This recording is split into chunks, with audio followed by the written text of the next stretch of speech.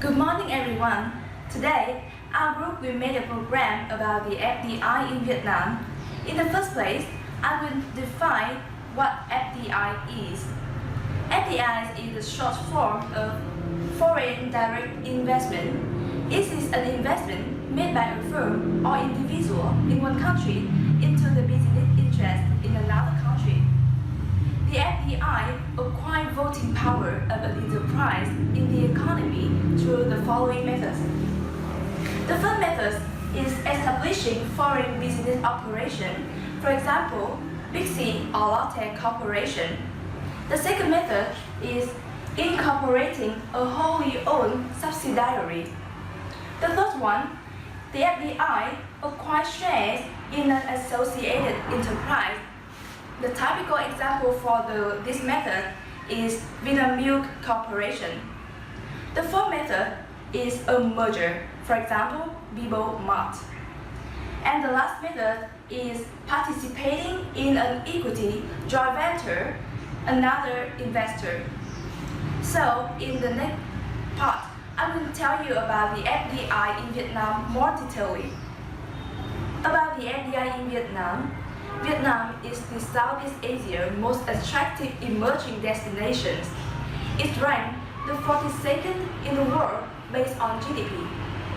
However, the foreign funds have to go to the governmental censorship process in order to get the investment application license. This procedure, when done with the application of operation license or the cooperation contract between the foreign investor and Vietnamese partners. And how about the three largest FDI countries that invest into Vietnam? I will show you. Standing in the first place is Korea. At the end of August 2018, Korea invests more than 7,000 projects into Vietnam with a total capital of over 61 billion USD. There are many familiar big Korean groups that I'm sure that you will feel very familiar with. For example, Samsung, LG, Lotte, CJ, Hyosung, Doosan, Hyundai, or Uri Bank. Standing in the second is Japan. Until now, Japan have invested into Vietnam 3,865 projects with a total capital of more than 55.8 billion USD. There are also many Japanese companies that are familiar with Vietnamese. For example, Honda, Toyota, Panasonic, Canon, Kirin, and some new corporations, for example, Aeon, Mizuho, or Unishan. Singapore ranked the third with 2,120 projects in August 2018, and the total capital is approximately 45.9 billion USD. In the past, Singapore used to be the largest FDI investor in Vietnam with many big companies. For example, Sembcorp, Mapletree, Couple Land, or Bayan Tree. Now, let's jump first to the benefits of FDI. There is no denying that FDI brings lots of benefits to the Vietnam economy for the year, with the impressive contribution. On 20 December 2017, the country has 24,748 FDI projects invalid, with a total registered capital in $318.72 billion, and the implemented capital in $172.35 billion.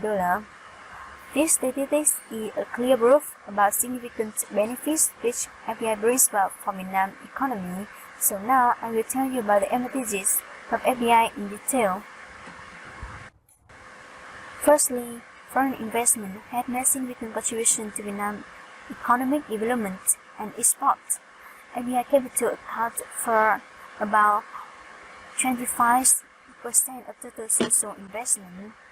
In 2017, foreign invested enterprise exported more than $155.4 billion, accounting for 72.6% 6% of exports turnover, surplus of $30 billion, contributing to massively reducing the trade deficit. Secondly, solving labor and improving the quality of human resource, a fundamental factor for integration and development. Surplus labor and unemployment were not easy to solve, but foreign investment made an important contribution to solve this problem and gradually raised the position of Vietnamese employees.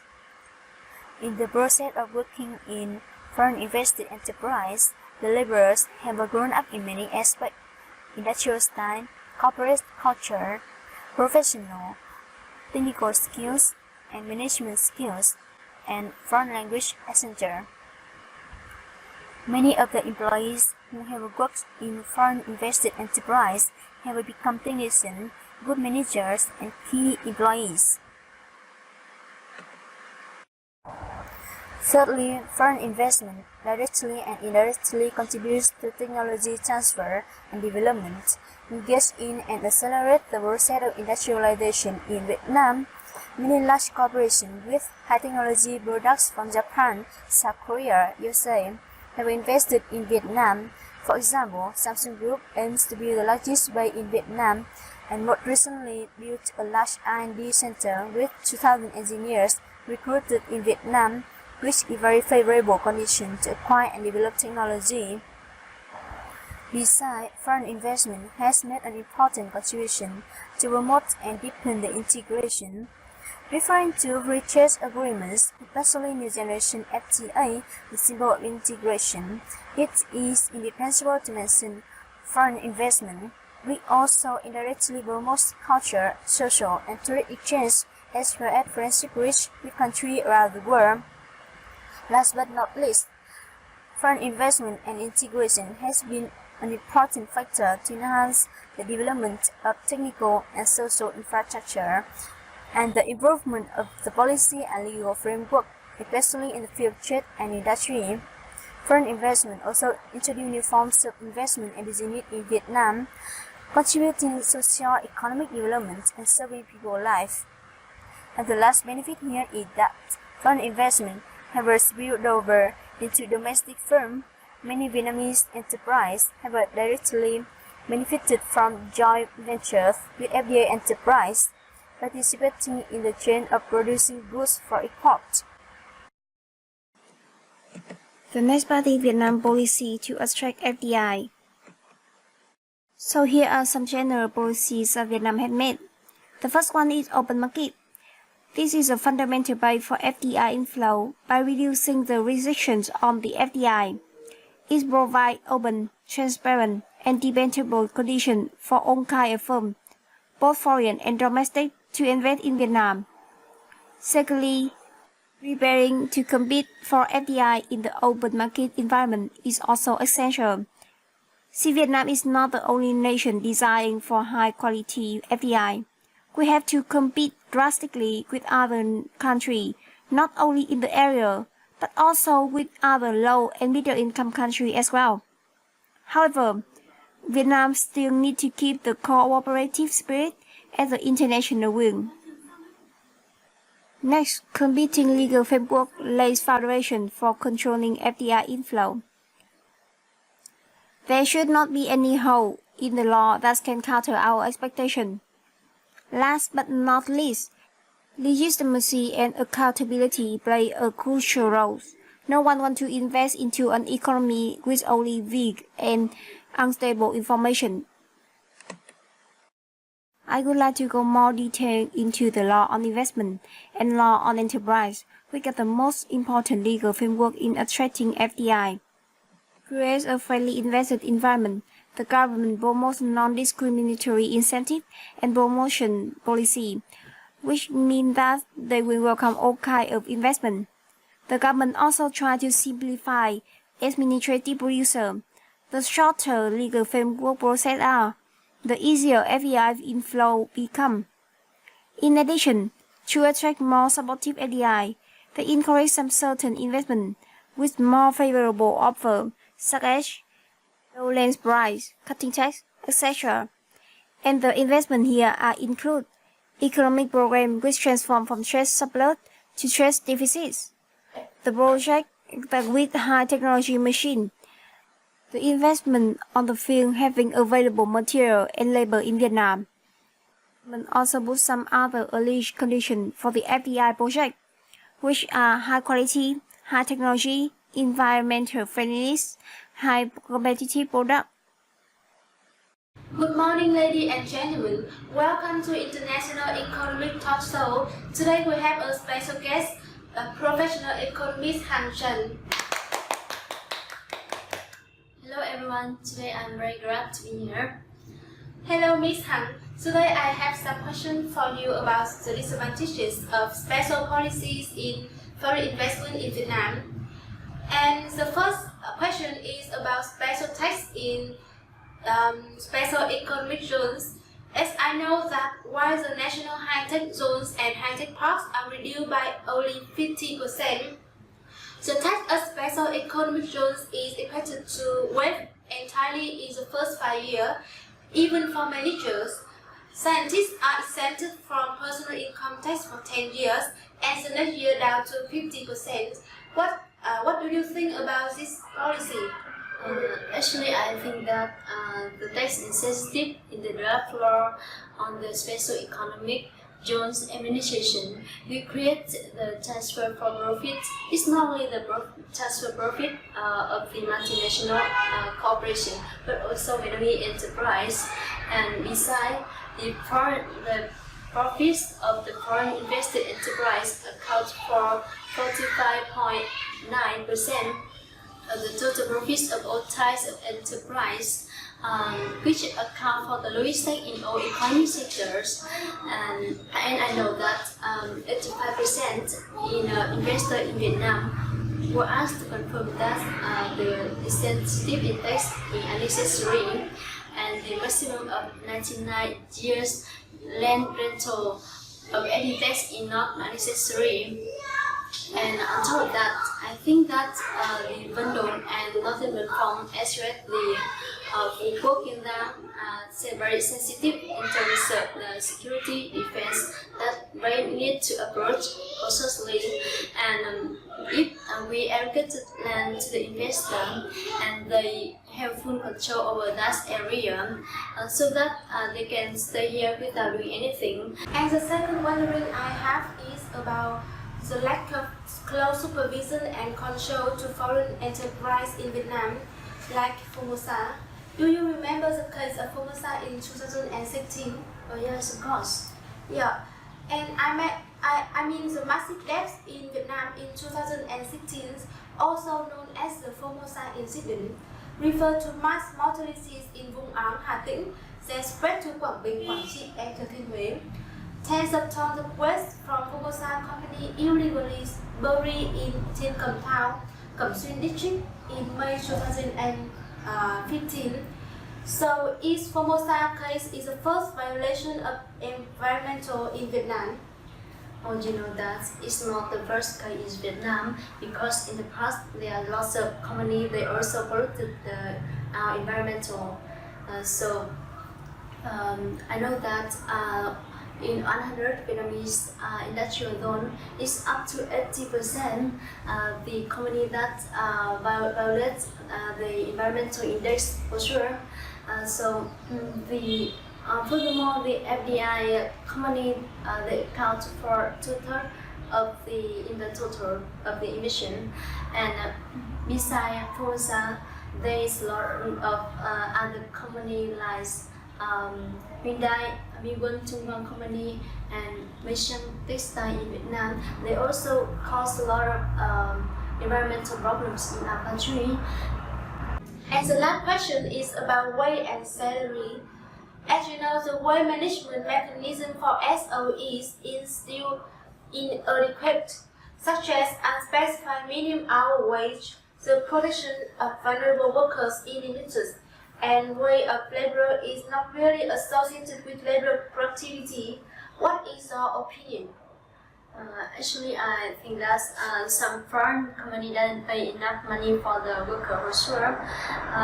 For example, the textile company in Vietnam in 2018, they didn't pay any kind of salary for the workers. So on that holiday, the worker cannot come home, and I think that is really bad for the worker at that time.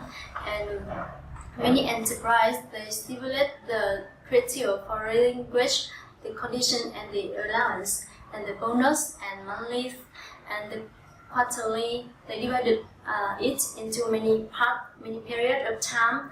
So it's very difficult for the workers to control and to monitor the salary as well as the allowance that they can receive.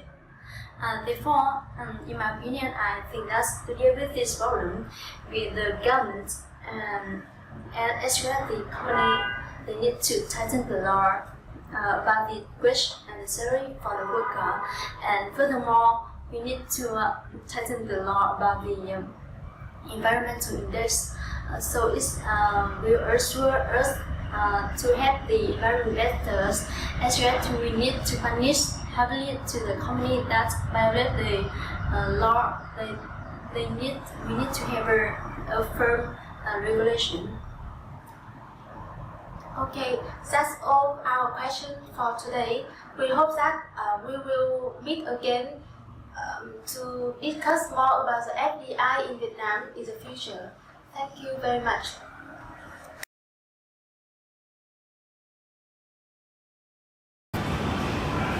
In order to have a deeper overview about some problems of FDI in Vietnam, I'd like to invite here today Ms. Nguyễn Thị Kim Anh, a businesswoman who successfully called for a huge foreign investment in 2013, and now she's working in IRB Holdings. Good morning, Ms. Kim Anh. You look so sharp today. How are you? Hello, Lins. Thank you. I'm really good, and I'm happy to be here to talk to you guys. I'd like to ask you some questions. The first question, what is the biggest challenge of losing insensitive policies for foreign companies to our country in special economic zones? This question is quite sensitive and attracts lots of concern. As we know that in recent years, foreign investment in Vietnam have been a positive new picture, promoting the development of the Vietnamese economy, but also bringing many consequences for social life. It adapting, I think, effect of any phenomenon or field in life. The point is that we need to strengthen state management measures, but still have to ensure an attractive environment remains to bring in new investment. The major challenges of loosening investment policy in industrial zones in particular and in the country in general are difficulty fixing our government. The natural environment is not easy to repair, as we know. It will affect the long-term health and life of current and future generations of Vietnamese. Taking advantage of bipolar policies, hostile forces inside and outside the country will take advantage of uncertainty in political life, security and national defense. It can only worsens the image of the country, and the investment climate with other countries in the world will be damaged. When we cannot manage our investment policies, it is easy to foreign business to take advantage of tax evasion, transfer pricings, and even money launderings. Damage to the Vietnamese economy would be inevitable and badly affect the economic management order. Oh, this is so problematic, and it's not as easy as I thought in the first. So I still wonder, what do you think about the bad effect of foreign enterprises in Vietnam? For this question, I think you want to go deeply about this thing. So, for my opinion, for the government of Vietnam, it is necessary to improve the legal system for the management of foreign investment. Especially executive agency must have better professional and ethical backgrounds.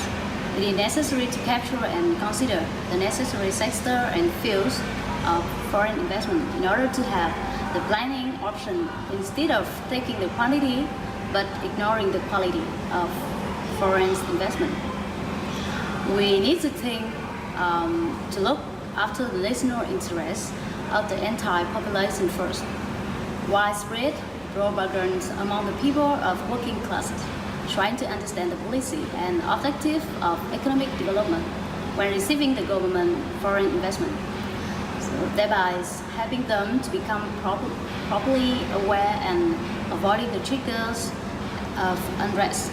Purpose cause the insecurity of the order, and as with the former case, investment priorities must be linked to scientific research and technology transfer.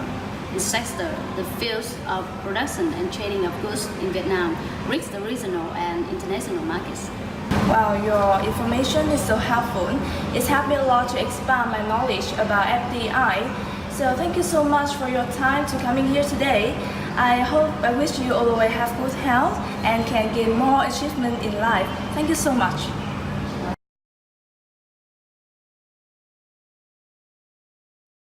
After seeing all problems, we come to our suggestions to the development of future policies to work at the control of the FDI.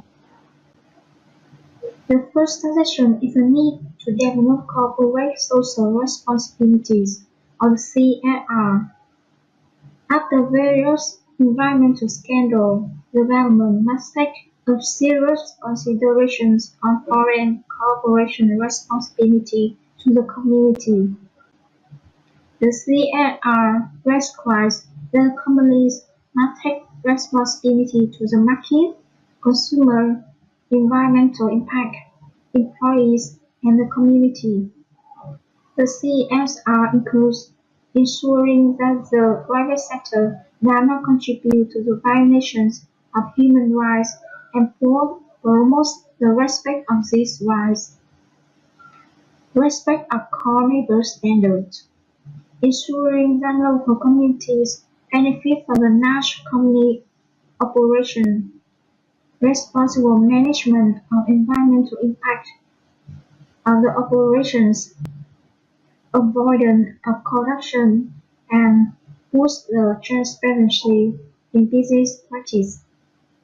Incorporation of social and environmental criteria in government decisions. The CSR has been applied in advanced countries since the 1950s on corporations like Coca-Cola, McDonald's, Prudential Insurance.